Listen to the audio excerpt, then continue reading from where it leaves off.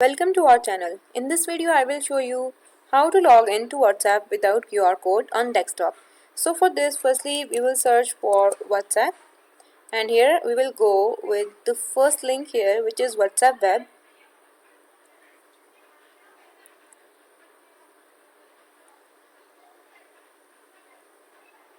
Here you will find this option, link with phone number. Click on it. Now here you need to enter your phone number. So let me enter my one. Then click on next.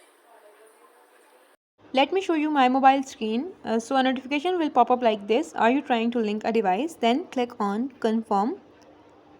And here you need to enter the code which is showing on your desktop screen.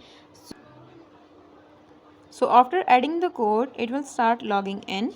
And as you can see, all the chats are loading, and in this way you can log into WhatsApp without QR code.